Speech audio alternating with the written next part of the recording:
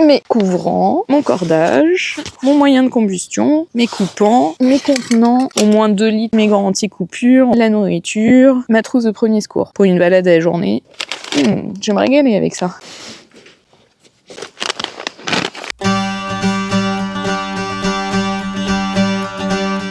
À ce qui paraît, il fait tout le temps mauvais en Bretagne, il pleut tout le temps.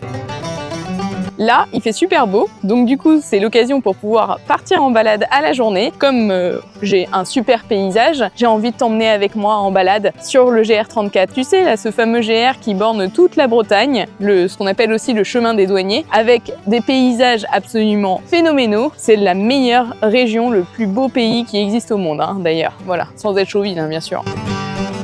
Là, c'est la période idéale pour pouvoir y aller. Il n'y a pas de vacances scolaires. On n'est pas encore au printemps tout à fait. Je te raconte pas en période touristique le monde qu'il y a sur le GR.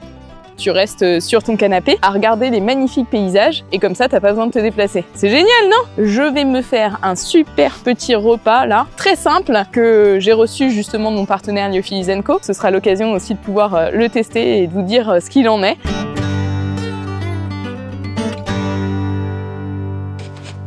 Ah oui, au fait, j'allais oublier, je m'appelle Clélia, salut à toi et abonne-toi!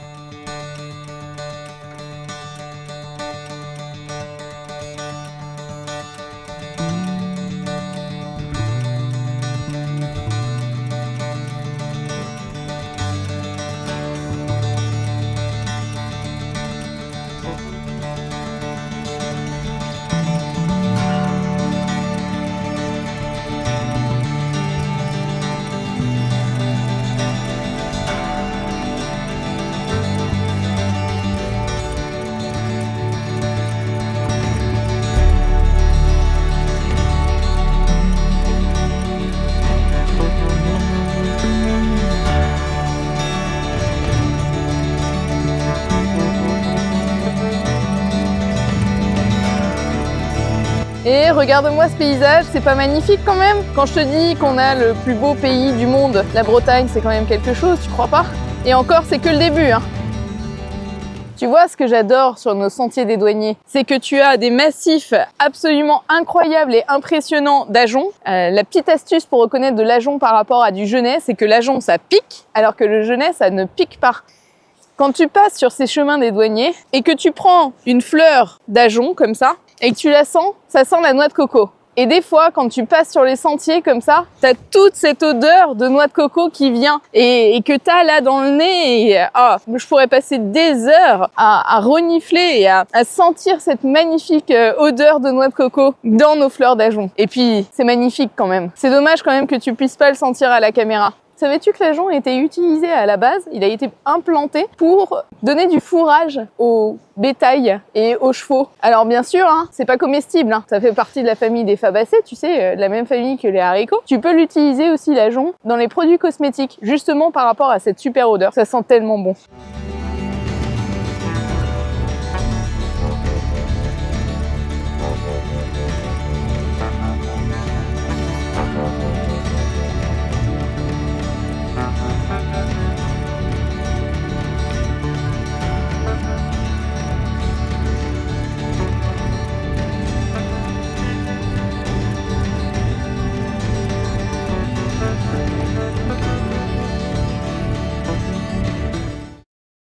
Je m'arrête juste un petit instant pour te montrer que sur une toute petite zone, tu peux trouver plein de plantes comestibles. Il y en a une qui est typique de nos côtes maritimes, le plantain corne de cerf, qui est juste ici. Donc c'est exactement les mêmes caractéristiques que le plantain lancéolé ou le plantain majeur, sauf que celui-ci, tu le trouves typiquement sur nos côtes. Et donc là, tu as du plantain corne de cerf, mais juste à côté, tu as du plantain lancéolé. Tu as un picris donc, qui fait partie de la famille des astéracées, donc la même famille que le pissenlit par exemple qui se mange. Et juste à côté ici, tu as de l'achillée millefeuille. J'en ai déjà parlé sur une autre vidéo. Je t'invite à aller voir si tu ne connais pas les caractéristiques de l'achillée millefeuille.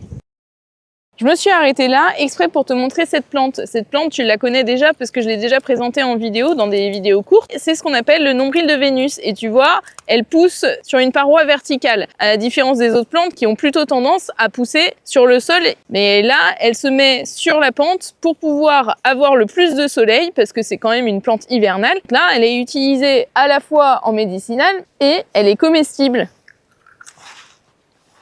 C'est une plante grasse, elle a un goût de petit pois, donc c'est très bien pour la mettre en salade par exemple, ou juste pour la picorer un petit peu comme ça. Elle est riche en sels minéraux, donc ça c'est pour la partie comestible. Et pour la partie médicinale, c'est un truc assez intéressant que tu peux pas retrouver sur la plupart des plantes. Quand t'en prends une, alors là il vaut mieux choisir une assez grosse. Attends, je vais te montrer ça de plus près. Tu la retournes, tu retires le petit bout de tige qui reste, et là délicatement, tu viens retirer la pellicule à la surface du derrière de la plante et ça te fait un pansement, sachant que c'est antiseptique.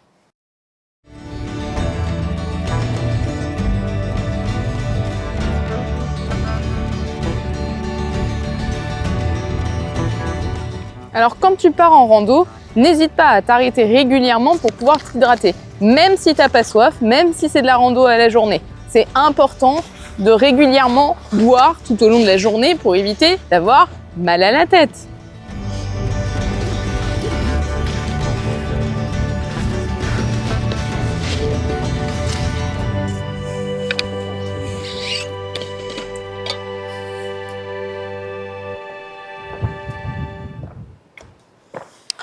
Ah, un petit coup de blanc, ça fait toujours du bien.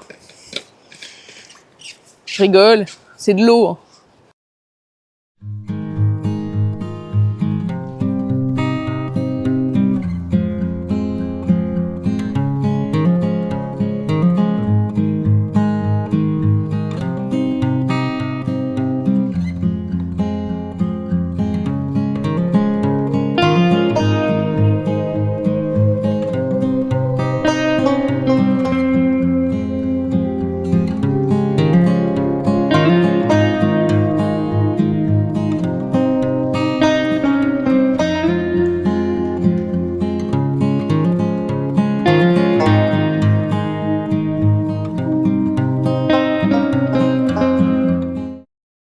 L'une des plus grosses problématiques des sentiers des douaniers, et notamment de tous les chemins en bord de falaise comme ça sur nos côtes françaises, le chemin a tendance à s'effondrer, en partie creusé par l'érosion de l'eau. Certaines communes ont décidé de fermer certaines portions de GR pour ne pas que la falaise s'effondre encore plus.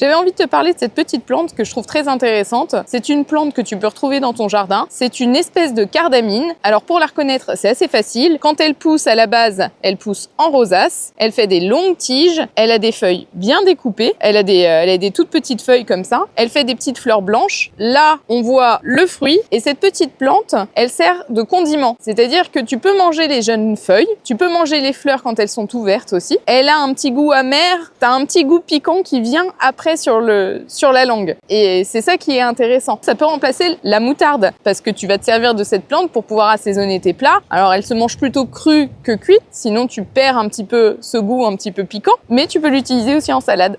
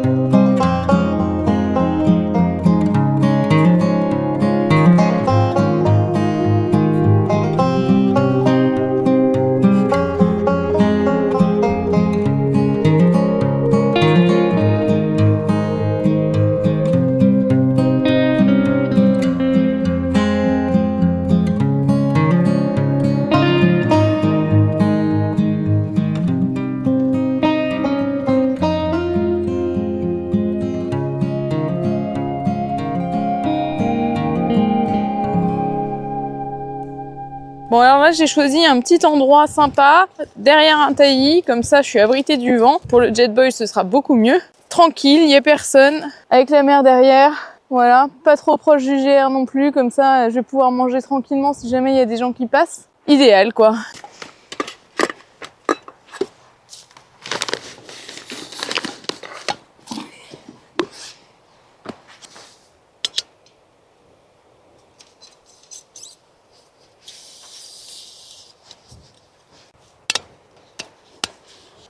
Bien pratique ce petit trépied là.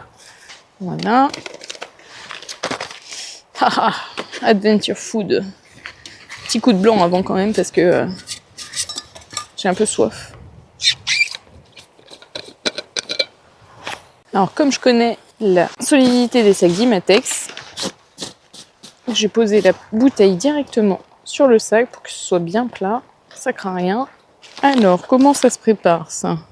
Faut ouvrir le sachet, déplier le fond et retirer l'absorbeur d'oxygène. Ok, verser de l'eau chaude jusqu'à la ligne 3, bien remuer, fermer le zip et laisser reposer 8 minutes. Remuer, déguster directement dans le sachet. Pas mal. Le menu de ce midi, c'est bien sûr des pâtes aux champignons et au parmesan. Si ça, c'est pas un bon petit plat à se déguster au bord de la mer, c'est assez impressionnant la vitesse de chauffe de ce petit Jetboil là. Je viens à peine de l'allumer et là, on est déjà au frémissement, quoi. Alors, ce petit sachet, on a des coquillettes cuites déshydratées déjà. Elles sont entières, c'est incroyable. On voit les petits légumes en morceaux dedans aussi et toute la poudre qui est dessus, je pense que ça doit être le parmesan. Ça a l'air vraiment appétissant. J'ai juste à mettre l'eau dedans, refermer, attendre 8 minutes et après c'est prêt.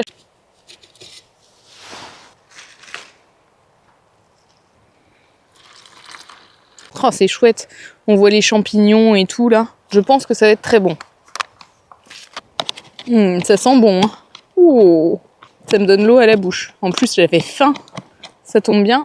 Bon, c'est bien mélangé. Maintenant, je vais refermer le paquet. Je vais attendre 8 minutes. Et après, on va voir ce que ça donne. Ça y est, les 8 minutes sont passées. Verdict. Il y a un petit peu de sauce encore dedans quand même. Les pâtes ont l'air vraiment bien. Les légumes, nickel. Ça sent super bon. Alors, ce que je trouve un tout petit peu dommage quand même, il n'y a qu'une seule bande à retirer. S'il y avait eu une deuxième bande à retirer, bah, du coup, on n'est pas obligé de plonger la cuillère comme ça et ce serait un petit peu moins compliqué d'aller chercher ce qu'il y a dans le fond. Mais bon, à part ça, on va goûter.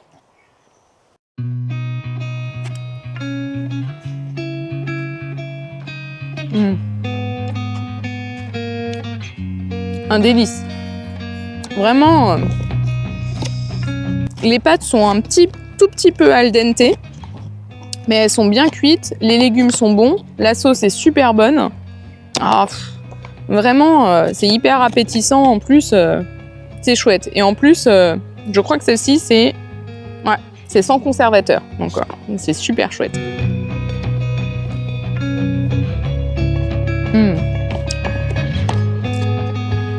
Un régal. Avec la mer en plus derrière, bien à l'abri du vent. Que demande le peuple?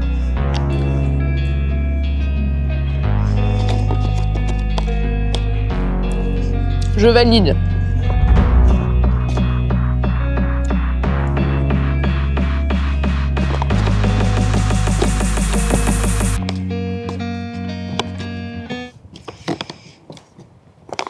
On a toutes les saveurs. Ça se mange presque sans faim en fait. Alors par rapport aux rations, typiquement ça n'a rien à voir. Les rations, il y a toujours un peu de conservateur dedans. Les plats, il y a des plats qui sont moyens, il y en a qui sont très bons. Les rations sont peut-être un petit peu plus caloriques. En vrai, ça se vaut. Donc voilà, après pour les plats lyophilisés, même si c'est super bon et tout ça, en rando à la journée, c'est vraiment génial les plats lyophilisés. Parce que tu cours pas trop après l'eau. En bivouac, quand tu pars en randonnée sur plusieurs jours, je pense que c'est bien d'avoir les deux en fait. D'avoir le midi un plat lyophilisé comme ça, où tu utilises un petit peu d'eau. Et puis le soir, d'autres trucs. Soit une ration, soit d'autres plats, super aliments ou ce genre de choses quoi. Avec des plantes sauvages bien sûr. C'est rapide à préparer. Et puis c'est vraiment savoureux quoi. Et l'avantage quand même des plats lyophilisés, c'est que c'est quand même super léger. Vraiment, ce plat, il est vraiment très bon. Et même au niveau de la texture, finalement, le jus, c'est tellement bon qu'on a envie de le boire. Mais surtout, avec les petits légumes, là, il y a un petit peu de poivron, un petit peu de tomate, un petit peu de poireau, un petit peu d'oignon. Et ça apporte un côté un peu croquant aussi au truc, même si c'est en petits morceaux, là. Et du coup, c'est tellement bon que je vais boire le fond de jus qui reste. Bon, par contre, j'ai été obligée de couper le sac quand même parce que sinon c'était trop compliqué d'aller récupérer dans le fond. Puis on sent vraiment le goût du fromage aussi, quoi. J'espère juste que ça va pas me donner la chienne éclatée. Bon, on n'est pas des chevaux de trait, on va se faire un petit café quand même.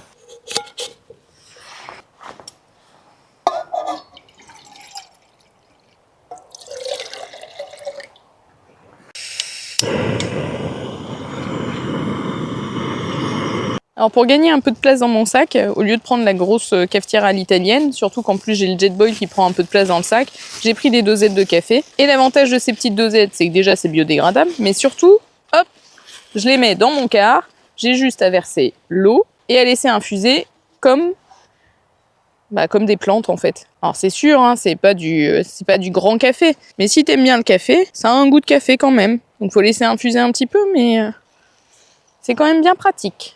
Tu vois, ça infuse, là, ça prend la couleur du café. Moi, j'aime bien quand il est bien noir, quand même. On va attendre encore un petit peu. Alors, par contre, l'inconvénient, c'est qu'il ne faut pas trop appuyer sur les capsules, parce que sinon, ça pète et tu vas avoir du café dans le fond de ton quart. Et donc, tu auras à boire et à manger. Enfin, c'est pas trop ce qu'on recherche quand on essaye de boire du café.